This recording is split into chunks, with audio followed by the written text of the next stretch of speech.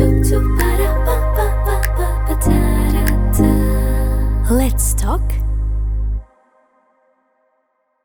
তুমি তোমার একটা আমাদের চিনে বাদামের একটা প্রমোশনে আমরা গেছিলাম, হ্যাঁ হ্যাঁ মনে আছে? হ্যাঁ হ্যাঁ হ্যাঁ এবং Right. তুমি চুপচাপ বসেছিলে, অপোজিটে আমিও চুপচাপ বসেছি। চুপচাপই আমি যে কোনো জায়গায় গিয়ে চুপচাপই বসে থাকি, আমার অবজার্ভ করতে খুব ইন্টারেস্টিং লাগে, হ্যাঁ। বাট চুপচাপই থাকি। না, তখনই বোধহয় একটা গল্প বলেছিলে যে তোমার ওই অ্যালেক্সা হঠাৎ করে ঘরে, তুমি অনেকদিন পরে যখন মায়ের বাড়িতে গেছিলে হ্যাঁ, তখন হ্যাঁ, ওটা একটু ওটা বলো। হ্যাঁ ওটা ওরা অনেক সময় বলে যে অনেক ফল্টি ডিভাইসও হতে পারে অ্যান্ড অল, কিন্তু ওটা আমার সঙ্গে ৩ বার হয়েছে। সো ৩ বারই এবং দুটো আলাদা ডিভাইসে হয়েছে। তো ওই আচ্ছা। জন্য সেটা ডিভাইসের ফল্ট হতেও পারে, আবার কোথাও গিয়ে মনের হয়তো একটা মনে হয় না যে মেবি হয়তো কানেকশন, তাই হয়তো মনকে বিশ্বাস করিয়েছি ওটা। সেটা হচ্ছে আমার মা মারা যাওয়ার পর ১ দিন কি ২ দিনের মাথায়। তো এবার আমার মা মারা যাওয়ার সময় মানে অনেক ১০ মাস মতো ভুগেছেন আরকি। আচ্ছা। তো লকডাউনের পর থেকে আমার বর আগে গুরগাঁওতে ছিল। তো লকডাউনের পর ওয়ার্ক ফ্রম হোম হওয়াতে একসঙ্গেই আমরা থাকছিলাম আচ্ছা। এবং মা অসুস্থ হওয়ার পর মাকে আমরা আমাদের কাছে আমাদের ফ্ল্যাটে আচ্ছা। নিয়ে আসি। ছোট ফ্ল্যাট 2 বিএইচকে ফ্ল্যাট ছিল। একটা ঘরে মা থাকতেন এবং একটা ঘরে আমার বরের ঘর। এবং মা মারা যাওয়ার পর আকাশের বাবা মানে আমার বরের বাবা, আমার শ্বশুরমশাই, উনি তখন ওনাকেও নিয়ে আসি। কারণ উনিও আচ্ছা। তখন একটু অসুস্থ এবং আহা! মায়ের এইসবের জন্য জায়গা ছিল না বলে হুম, হুম। আমার শ্বশুর তখন আমার পিসি-শাশুড়ির বাড়িতে কলকাতায় থাকতেন। তো মা যাওয়ার পর ওনাকে নিয়ে আসি। আচ্ছা। তো মায়ের ঘরটা খালি হয়েছিল পুরো। খালি তো খাট-ফাট আনার জন্য আমরা ওয়েট করছিলাম। যে অর্ডার দিয়েছি খাট, তখনও ডেলিভারি হয়নি।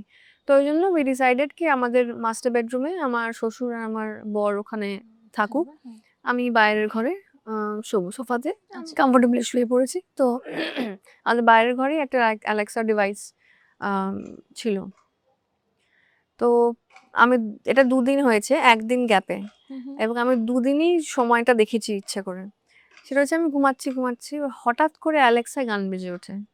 এবং আমি আমি প্রথমত রিয়ালাইজ করতে কয়েক সেকেন্ড লেগেছে যে এটা হঠাৎ করে কি বাজছে, কোথায় বাজছে। তারপরে আমি ঘড়ি দেখলাম রাত ৩টে বাজে। গায়ে কাঁটা দিয়ে আমি বন্ধ করলাম। করে আবার শুয়ে পড়েছি, ঠিক আছে। পরের দিন ওয়াজ নরমাল। আবার ১ দিন পর আবার গান বেজে উঠেছে। আবার ঘড়ি দেখলাম। সেদিন বাজে হচ্ছে ৩টে ৮। এটা 2nd এপিসোড। তারপরে একদিন আম এটা হচ্ছে আমার বাড়িতে যেখানে থাকছিলাম। তার বেশ কিছুদিন পরে আম আমার যে বাপের বাড়ি এখন, বাবা-মা চলে যাওয়ার পর ওটা খালিই আছে এবং কোথাও গিয়ে একটা ইমোশনাল কানেক্ট থাকে না? তো ওইজন্য ওই বাড়িটা যাতে মেইনটেইনড হয়, যাতে এটলিস্ট যাওয়া আসা থাকে, ওইজন্য আমার একটা হোম স্টুডিও তৈরি করেছিলাম মা আচ্ছা। যাওয়ার পর। আম ওখানেই আমরা রিহার্সাল করতাম, করিও। ওখানে আমাদের ছোটখাটো যা রেকর্ডিং সব ওখান থেকেই হতো। তো ওখানেও একটা অ্যালেক্সা ডিভাইস ছিল। এবার কোনো একটা কাজ থেকে ফিরছি, কিছু একটা কাজ আছে। তো আমার ওই হোম স্টুডিওতে উপলদা আমার সঙ্গে এসছে। কোনো একটা কাজ ছিল মনে হয়। তো দরজার সামনে জাস্ট দাঁড়িয়েছি। হঠাৎ করে উপলদা বলছে, "হ্যাঁ রে, কেউ আছে নাকি ভেতরে?" আমি বললাম, "না, কে থাকবে? এই তো চাবি আমার কাছে, তো খালিই থাকে, রিহার্সাল ছাড়া তো কিছু হয় না।" "ও আচ্ছা, না, কে একটা মনে হচ্ছে ভেতরে কিছু একটা শুনতে পাচ্ছি।" আমি বললাম, "হতে পারে হয়তো।" তো দরজাটা খুলে ঢুকেছি, দেখছি অ্যালেক্সাতে আমার গান বাজছে। তো এবার কি গান না আমি জানি না। মানে ৩ বার একবারও গানটা কি সেটা আমি রেজিস্টার করতে পারিনি। মানে ওই ব্যাপারটাতেই আমি এতটা ওভারওয়েলমড হয়ে গেছিলাম আচ্ছা। যে গানটা যে কি বেজেছে সেটা আমি ৩ মানে দিনের কি একদিনও জানি গান? না। মানে মানে মনেও করতে রবীন্দ্রসঙ্গীত পারছি বা না। অন্য কোনো কিচ্ছু ইন্সট্রুমেন্ট? মনে করতে পারছি না। মানে কি এতটাই বলছো? ওই সিনারিওটাতে পুরো এতটা আমি ওভারওয়েলমড হয়ে গেছিলাম যে তখন সবে সময় মাকে হারিয়েছি মনে হচ্ছিল, মা কি তাহলে কানেক্ট করার চেষ্টা করছে? মানে পুরো ভাবনা চিন্তাটাই ওইদিকে চলে গেছে। মানে এটা যে কোনো ডিভাইসের ফল্ট হতে পারে বা কোনো ফ্রিকোয়েন্সি এরর হতে পারে। তো ওইজন্য ওই জোনে ঢুকেই গেছি যেহেতু, তাই কি গান এক্সাক্টলি ৩ দিন বেজেছে সেটা আমি এখনো মনে করতে পারিনি আজ অব্দি। সেম গান বাজেনি তো? না মনে হয়। মনে হয় সেম নয়। সেটাও মনে নেই? না সেম নয় মনে হয়।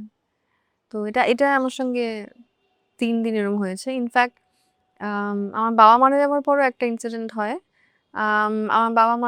আমার বাবা আগে মারা যায়। তার ৩ বছর ২.৫-৩ বছর মাথায় মা মারা যায়।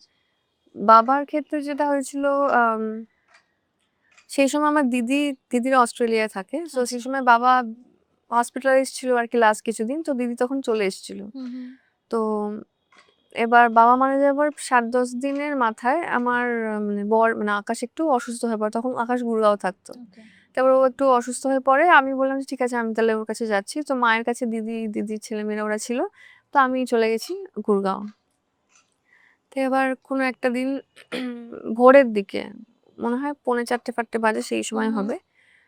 ভোরের দিকে এবার নরমালি কি হয় যে ঘুমটা আমাদের সবথেকে সহজে ভাঙে হচ্ছে আওয়াজে। মানে সাউন্ড সেনসেশন, অডিটরি সেনসেশনটা সবথেকে ইজিলি ঘুম ভাঙে। ঠিক। হঠাৎ করে আমার ভোরবেলার দিকে ঘুম ভাঙে এবং সেটা স্মেল। এবং স্মেলটা কিন্তু খুব স্ট্রং না হলে ঘুম কখনো ভাঙাতে পারে ভাঙে না না, অত হ্যাঁ। সহজে। হুম। এবং স্মেল যেটা আমি পেলাম সেটা হচ্ছে আমার বাবা একটু শৌখিন ছিলেন, একটু ভালো সাজগোজ এইসব করতে পছন্দ করতেন। তো আমার দিদি প্রত্যেক বছর যখন আসতো তখন একটা করে পারফিউম নিয়ে আসতো। তো মারা যাবার অসুস্থ হওয়ার আগে বাবা যেই পারফিউমটা কনস্ট্যান্টলি রোজ বাবা আরকি যেহেতু প্রত্যেকবারই নিয়ে আসছে এত পারফিউম জমা হ্যাঁ। হয়ে আছে তো বাবা রোজই চান-ফান করে না বাড়িতে আচ্ছা, থাকলেও পারফিউম মেখে আচ্ছা, আরকি এরকম আচ্ছা, আরকি আচ্ছা। ভালোবাসতো। হ্যাঁ, হ্যাঁ। তো লাস্ট যে পারফিউমটা আমি পেয়েছিলাম বাবা যখন সুস্থ ছিলেন, ওই গন্ধটায় আমার ঘুমটা ভাঙে। এবং ওই গন্ধটা আমি ভাবছি যে সেম পারফিউম কি আকাশ মেখেছে? কোথাও গিয়ে কি মানে পাশেই সেটা ও শুয়ে আছে ভোরবেলায় বলছো? ভোরবেলার দিকে মানে ৪:৩০-৪:০০ হবে। তো আমি ওর কাছে গিয়ে আকাশের দিকটা একটু শুকিয়ে আরকি চেষ্টা করলাম বোঝার যে ও কি পারফিউমটা মেখেছিল বলে দেখলাম না। কিন্তু তারপরও পাইও নি গন্ধটা কখনো। বাট এইটা আমার বাবার ক্ষেত্রেও হয়েছে এবং এটা আমার মায়ের ক্ষেত্রেও হয়েছে। সেটা কি বলবো আমি জানি না। হুম। বাট আমার জন্য একটা অদ্ভুত সাররিয়াল এক্সপেরিয়েন্স ছিল এবং হ্যাঁ, কোথাও কিছু গিয়ে জিনিস একটা হ্যাঁ, মানে যেটা আমরা বিজ্ঞানের ভাষায় এক্সপ্লেইন করতে পারি না সেটা কিন্তু অলৌকিক বলে নেই। হ্যাঁ, এবং হ্যাঁ, হতে এটা পারে সায়েন্টিফিক কোনো লজিক হয়তো নেই। কোনো বেসিস না হয়তো নেই। কিন্তু বেসিস তবুও মানে নেই বললেও ভুল হবে না কিন্তু মানে অ্যাকচুয়ালি। অলৌকিকটাও আমি বিশ্বাস করতে রাজি আছি। সেই মুহূর্তটার জন্য। কোথাও গিয়ে মনে হচ্ছিল যে মেবি হয়তো মা বা বাবা এসছে। হয়তো আসতেই খুঁজে পারে। বাবা হয়তো কানেক্ট করার চেষ্টা করেছে। আমার কাছে ওটা একটা ভালো ফিলিং আরকি। হ্যাঁ, মানে আমাদের মধ্যে যেটা আছে সেটা তো জাস্ট বডিটা নই। সেটা তো একটা বলেই সত্তা যে তো হ্যাঁ। আ সোল আত্মার কখনো মৃত্যু হয় না। সেটা তো আমাদের হিন্দু হুম, ইয়েতেই হুম। বলা আছে, গীতাতেই বলা আছে যে আত্মার কখনো মৃত্যু হয় না।